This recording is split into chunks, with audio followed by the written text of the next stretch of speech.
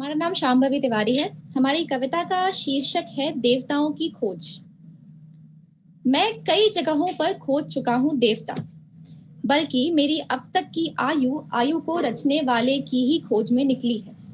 और मैंने समझा है कि मनुष्य को देवता इसीलिए नहीं मिलते क्योंकि उसने उन्हें स्वर्गों में बसा रखा है, और जो उतनी दूर की नहीं सोच पाते उनके देवता भी हाथी घोड़ों पर बैठ कर आते हैं और बसते हैं ऊंचे पहाड़ों और घने जंगलों में। और देवता को मनुष्य इसलिए नहीं मिलते क्योंकि मनुष्य उन्हें बुलाते हैं तो सावन ढले एक आध महीनों की रामलीलाओं में और फिर भेज देते हैं वापस बिना उनका पता ठिकाना पूछे, और देवता फिर खो जाते हैं।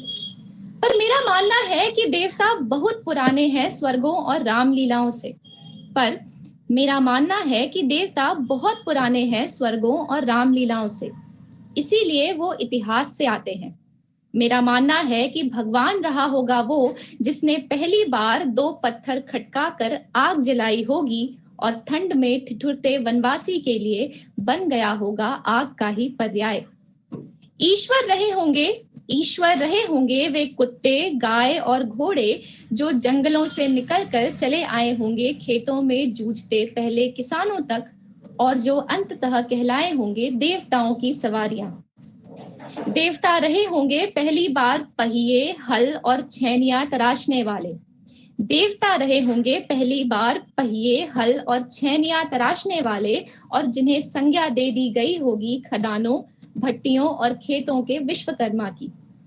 परमात्मा रहे होंगे लिखने सिखाने और पढ़ाने वाले।